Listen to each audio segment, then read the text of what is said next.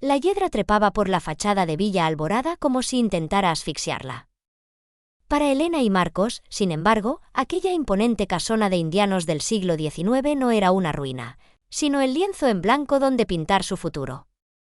Tenían 28 años, las manos llenas de planes y un bebé en camino que apenas empezaba a notarse en el vientre de Elena. Compraron la propiedad a un precio ridículamente bajo, firmando alegremente las escrituras sin importarles los rumores del pueblo sobre la última familia que la habitó. Un par de capas de pintura, suelo nuevo y este sitio será un paraíso, dijo Marcos el primer día, golpeando con el martillo un tabique del piso superior. El eco de la madera crujiendo resonó en las habitaciones vacías, dejando tras de sí un silencio denso, casi pesado. Las primeras semanas transcurrieron entre polvo de yeso y olor a barniz. Pero la casa parecía resistirse a los cambios.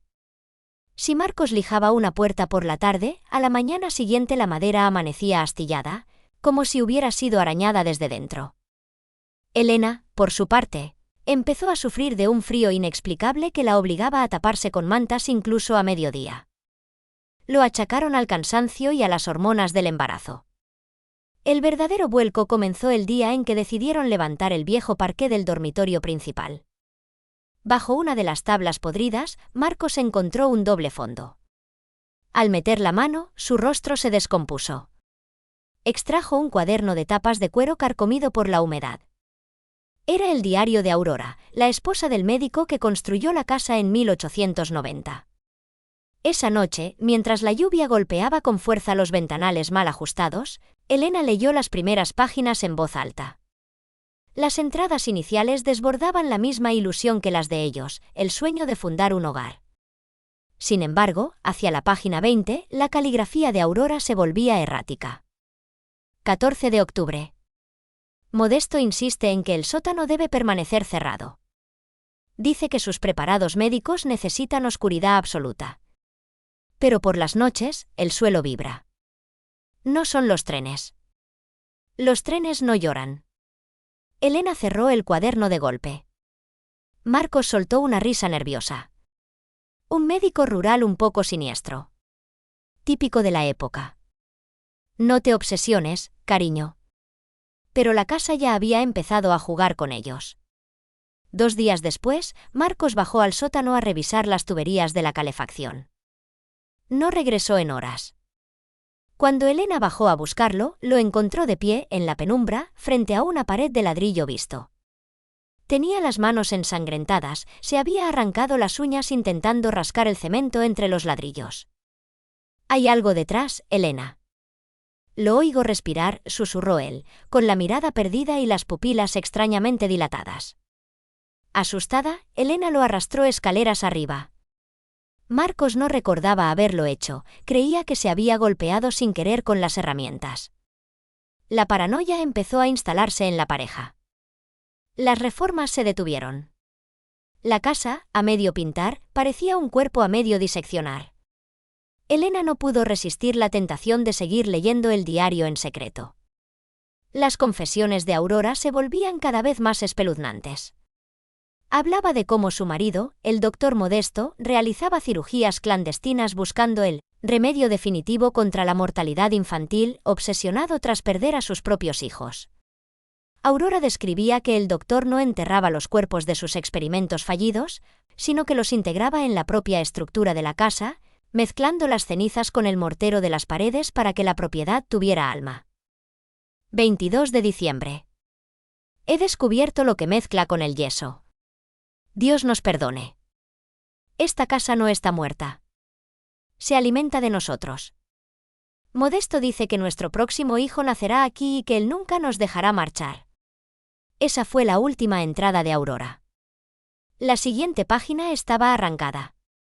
Elena sintió un pinchazo agudo en el vientre. El pánico la dominó. Corrió a buscar a Marcos para convencerlo de marcharse de inmediato, pero no lo encontró en la planta baja. Siguió el sonido de unos golpes rítmicos y secos que provenían del piso de arriba, de la futura habitación del bebé. Al entrar, se le congeló la sangre. Marcos, con los ojos inyectados en sangre y una sonrisa desencajada, estaba picando la pared que acababa de enlucir el día anterior. La estancia apestaba a un olor dulzón, como a carne rancia y flores podridas. «Marcos, para. ¿Nos vamos ahora mismo?», gritó ella, llorando. Él se giró despacio. Su voz no parecía la suya, era más profunda, más gastada. «¿Irnos? ¿Por qué? Si ya casi está lista.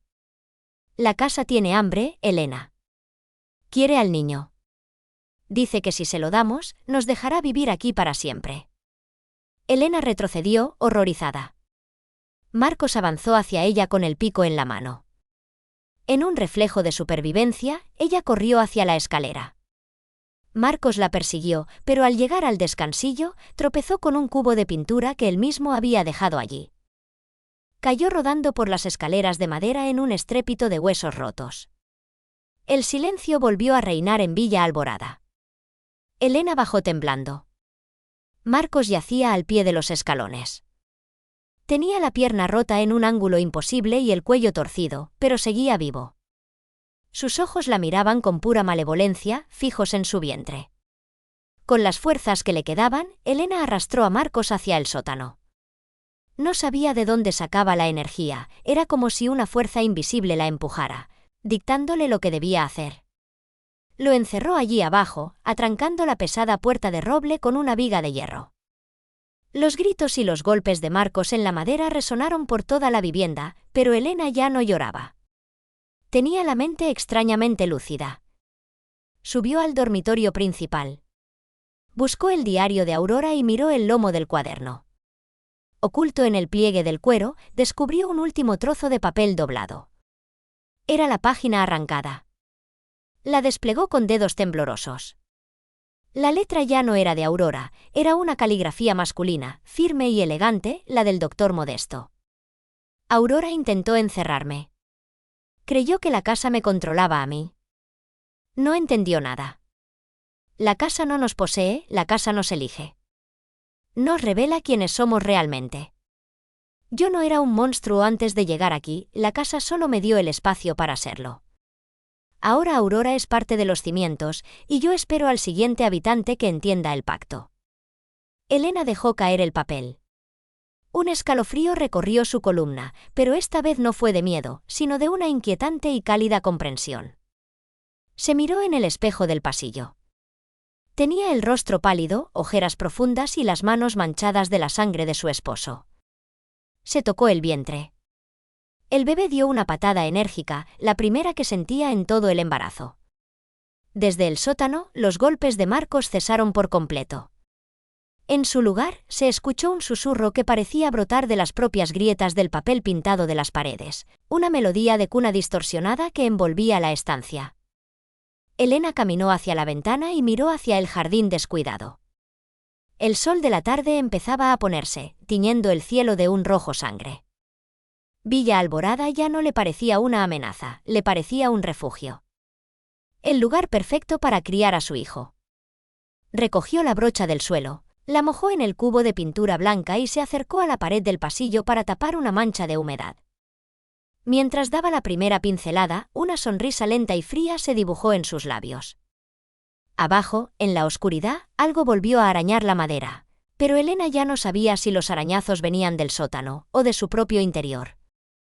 Si te ha gustado esta historia, dale a me gusta y a compartir. No olvides suscribirte para no perderte estas apasionantes historias. Nos vemos mañana.